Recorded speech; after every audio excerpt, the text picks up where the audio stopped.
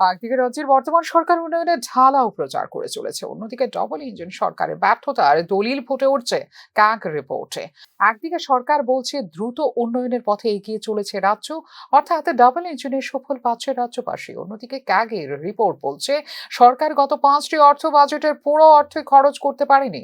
পরিসংখ্যানে জানিয়েছে ভারত সরকারের অধীনস্থ হিসাব রক্ষক সংস্থা সিএজি।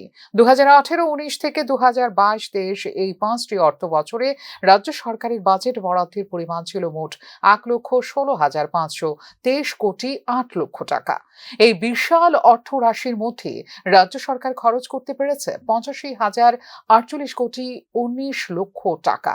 অর্থাৎ এই ক্ষেত্রে খরচ করতে পারেনি 31,474 কোটি 99 লক্ষ টাকা।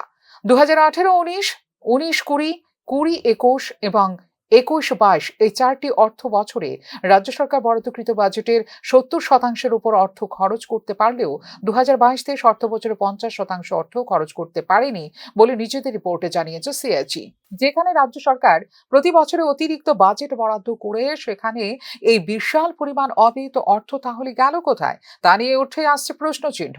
বাজেট বরাদ্দের অর্থ যদি খরচই করা না যায়, তাহলে এই বিশাল পরিমাণ অর্থের বাজেট করার কি যুক্তি রয়েছে?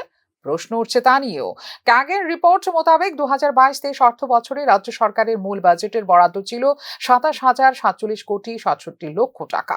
বছরের শেষ লগ্নে বরাদ্দ করা হয় আরও 3,065,37,লক্ষ টাকা অতিরিক্ত বাজেট। সব মিলিয়ে 30,113,4 লক্ষ টাকা করা হয়েছিল বরাদ্দ।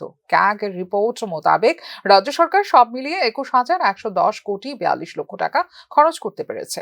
1,002,62,লক্ষ টাকা খরচ করতে পারেনি রিপোর্টে উল্লেখ করেছে সিএজি। বিগত 5 বছরের মধ্যে 2022-23 অর্থ বছরে অব্যয়িত অর্থের পরিমাণ সব থেকে বেশি। বাজেটের অর্থ ব্যয় করতে না পারাটা কি সরকারের ব্যর্থতা? তা নিয়েও কিন্তু উঠছে প্রশ্ন। ফিউরো রিপোর্ট, নিউজ নাও।